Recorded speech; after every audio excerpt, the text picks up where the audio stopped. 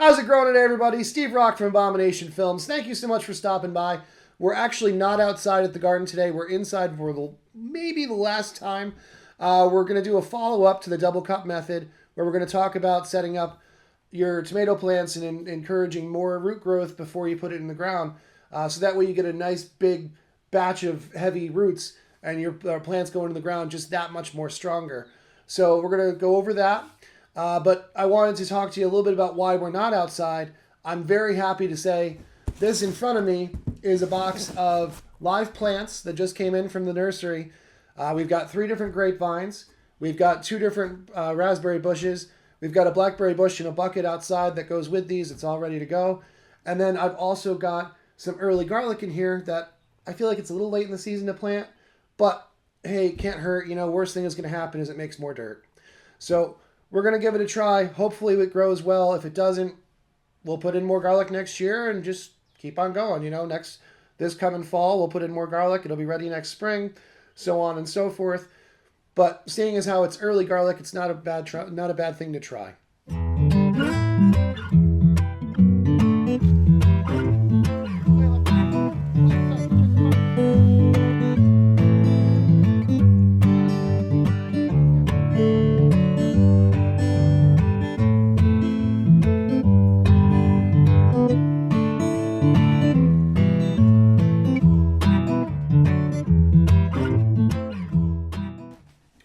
So just to give you a quick idea about what we're working with in the near future, this is how I normally receive my plants from the nursery. I use an online nursery. It sends the plants to us. And what you get is, in this case, I've got starts. This here is a raspberry mammoth red. It's going to grow into a whole plant. And the roots right now are wrapped in what looks like shredded coconut fibers. And then moistened, obviously, and sealed real nice and tight. So this is going to be going into first a bucket right now, just so that way while I'm getting the holes dug and everything set up outside, I don't have to worry about these drying out on me. But besides that, we've got another raspberry here. And then we've got 2 grapes, and the box is also a grape. So we're going to go ahead and get these ready to go into the ground. I'm just going to put them into buckets just for the next day or two because I do have to go outside and set up not only the ground for these, but also the trellising system.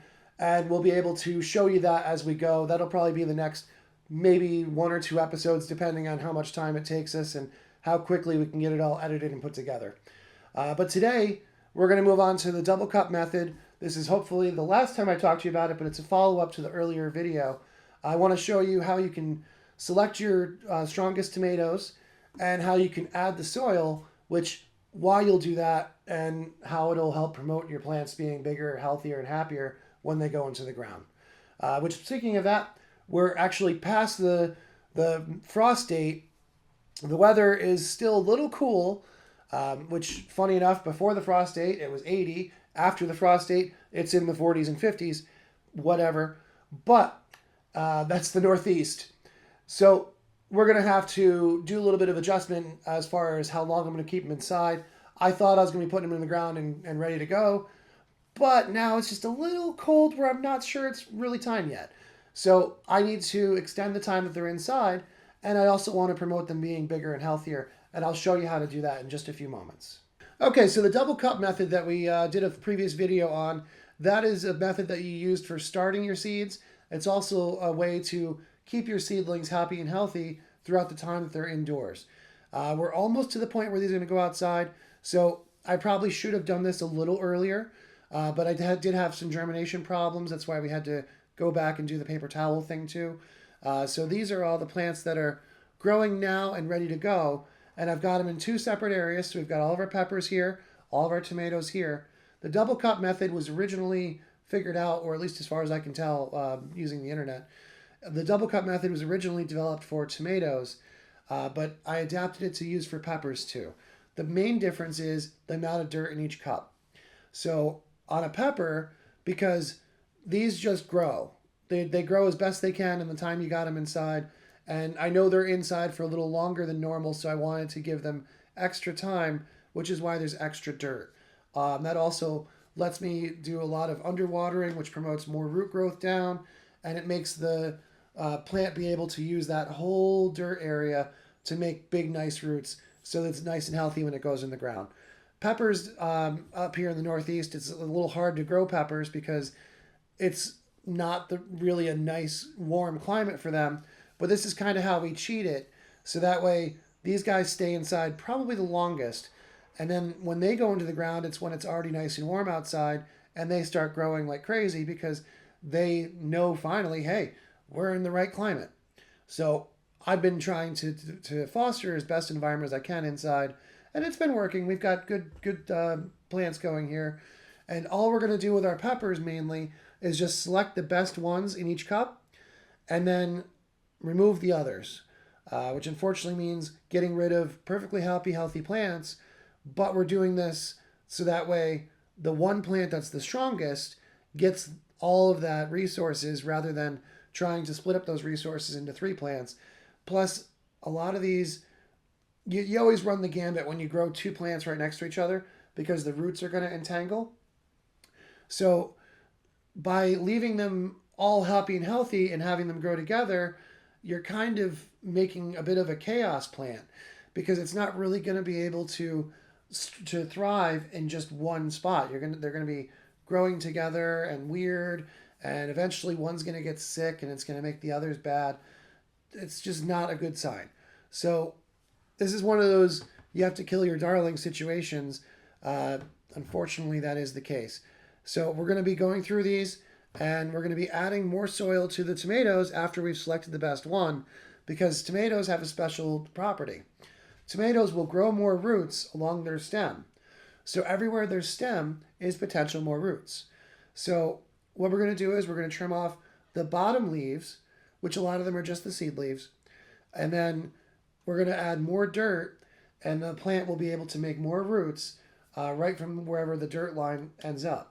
You don't want to cover the plant entirely, but this is why when you hear people talking about planting tomatoes deep, it's essentially the same thing they're doing. We're just doing it inside in the cup form, so that way our seedlings end up being really strong, nice plants before they even hit the ground. So what we're doing here is we're just trying to speed up our process as gardeners and give all these plants the best possible chance they have. Even the ones that we're getting rid of, we can always take those seedlings and put those into the compost so that way they'll help feed for the next set of plants in a few months. So, we're not really wasting anything. It's just you have to get over yourself in going, well, I put so much effort into growing this particular plant. Yes, but it's growing with another plant right next to each other. And that's not very good because those roots are going to intertwine and it's going to make both plants suffer over time. Where if you just get rid of the smaller one of them or the weaker or the sick looking one, then the strong one is going to be able to flourish. And that's what we're trying to do, is get the best harvest possible. And that is by making nice flourishing harvesting plants. So we're going to be starting with the easier set of the plants that we have to work with. That's going to be our peppers. So I'm going to bring those over and work one by one. So a lot of these I don't have to do anything with. For example, this one, only one plant in here. It's nice. All I need to do is just, I'm going to give it a little spray of water on the top just to moisten the top, and then we're going to fill up its water just like always. You want to make sure you keep that water level somewhere right about halfway up your triangles, just like I had talked about before. So that's going to be our next step for him. Same thing with this one, only one on there, no problem. But then we get to ones like this where there's 2. So as you can see, we got 2 in there. And one is, they're both about the same size. Look, they both look pretty healthy. This one's a little bit taller, and that's how I'm going to base it, is off which one is taller, or which one has more leaves to it. So I've got a set of shears here, and this is exactly what these are for, is to just go in and make a little snip, and we're going to snip it off right at the base and get rid of this one here. So that's our first casualty of the day. But now we've got everything ready to go there. I can give it a little spray of water just to give it a little nice moisture in the top. And we're going to fill up the cup like always. This one actually should have some water in it still. Yep, it does.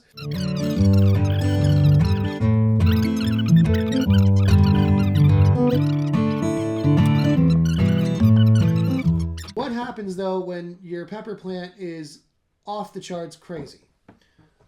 Like this. So this one has 3 different pepper plants going in it. It's the Dragonfly Sweet Pepper.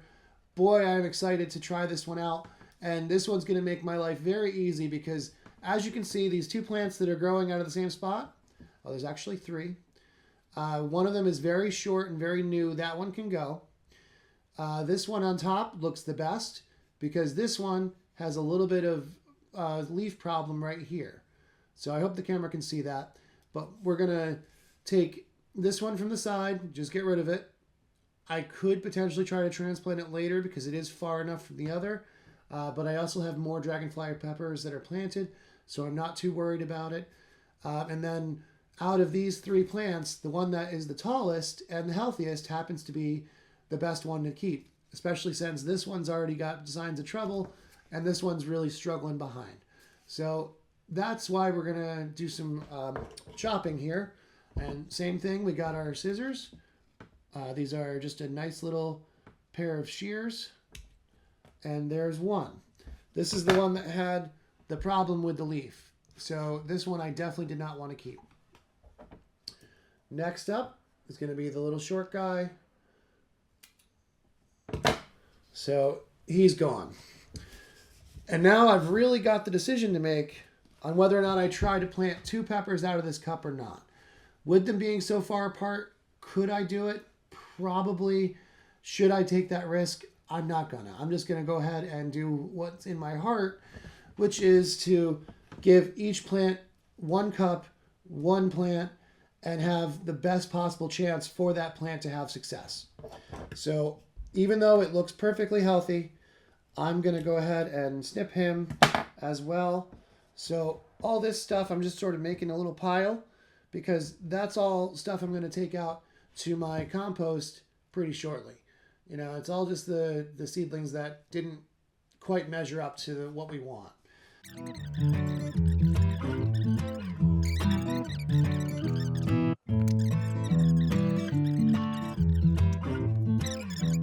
Now we're going to move on to the meat and potatoes of this particular episode. That's our tomatoes.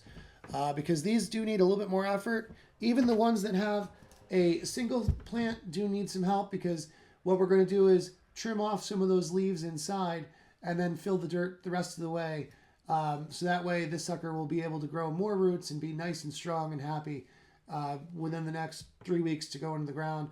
I'd like to say I could have them planted as soon as next week.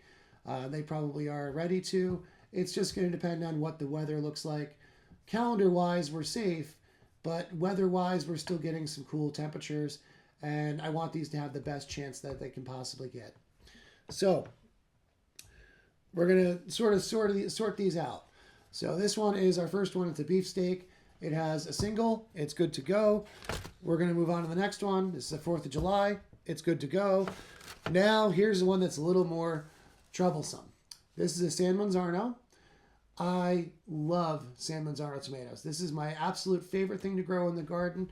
This is the thing that I'd work this hard every year to do, and it's because these make some of the best tomato sauce I've ever had.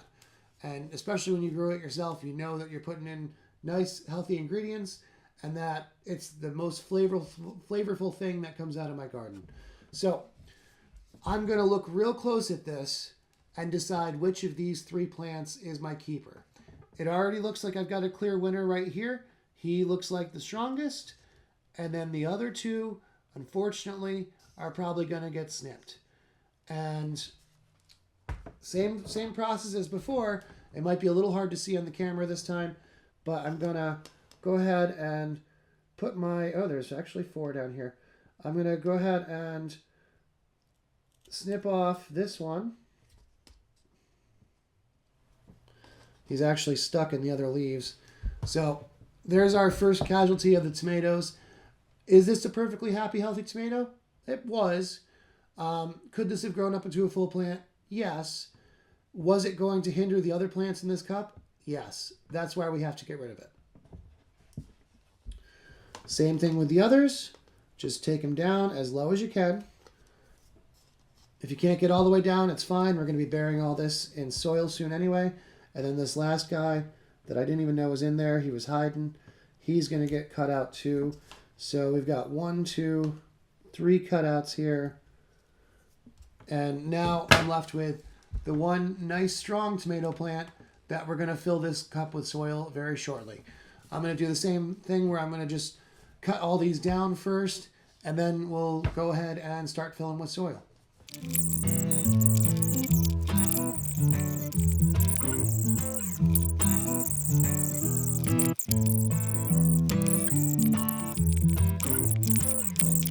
So another one, in the case of like this one, this beefsteak, you can see the way that these two leaves are on very long kind of stem branches that are pretty far down.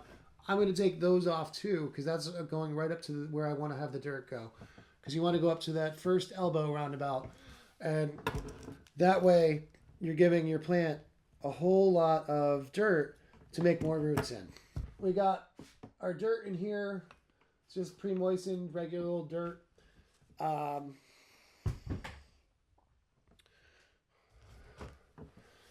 And just take a handful and put it in. You want to kind of make it even all the way around. And you tamp it down a little bit, shake it up, make sure that it gets there. And we're just getting it right up to that new level of soil. Layla and Stan have been outside today, and they've been outside out there together, wandering around. Stan just came back in to get some water, and Layla followed him in. I don't know if the camera's going to catch it, but they are here. Let's see.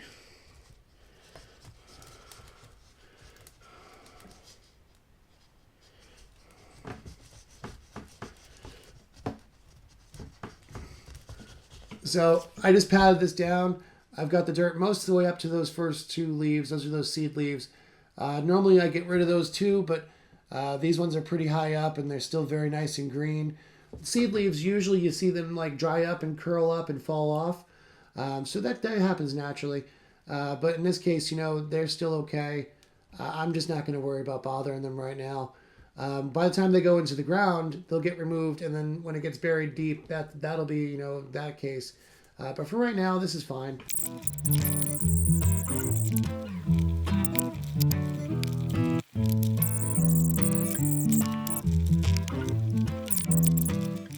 Now, the last thing that's important is cleaning up. I mean, look at all this dirt. So I'm going to take all this. I know the table's clean because I cleaned it recently. I'm going to just throw that right back in. So that's about all I have for you today. You know, we went ahead and we trimmed out the plants that were going to be crowding out the single plants for each cup. We went ahead and added dirt to our tomatoes so that way they can grow more roots. And we made sure that everything's nice and watered.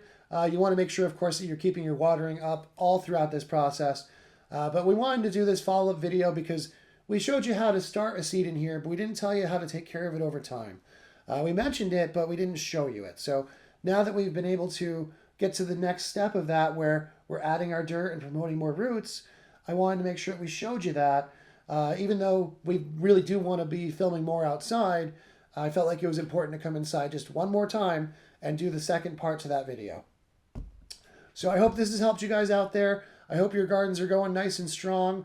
We're just about in the planting season here in Zone 5B. We're past the point where the last frost date was, so now you can put anything you want into the ground and it should be okay. Just keep a watch out for any frost conditions. If you have frosts, there are answers to it. Go ahead and throw like a nice tarp over your bed. Don't squish your plants, but just throw it loosely over and make sure it's covered. That'll keep the frost off your plants, should make them nice and healthy for the night. If you have multiple days like that, you might have a bigger problem. But right now, after Mother's Day, you should be safe, according to the almanac, according to everything, to put your plants in the ground and get started. The other thing that I have that my wife got me to deal with frost is these little traffic cones that go over your plants. These were pretty inexpensive from what I saw. They're pretty awesome as far as design, and it's something that is really cool. And as you can see, they're pretty tall, so you could put a whole cup underneath here if you needed to. What I'm going to be doing is, when I move these outside, I'm going to have these over them for the first week or two, just to make sure that everything's happy and safe. These also have a vent on top to let the air in and out, so they act like a nice, good greenhouse. And that keeps your plants healthy and safe while the rest of the cold weather goes away. It also will keep things warm. So if I wanted to put these out early, I could do it underneath one of these, and then that will keep more heat in there and hopefully trick the plant into thinking that it's in a better condition than upstate New York for peppers. But, that's all we got here for you today. I hope this is helping you. I hope this is helping your gardens at home. The grocery store is not getting any cheaper, and we'll all be a little happier and healthier if we just make more of our crops at home. So I'm hoping that this helps you.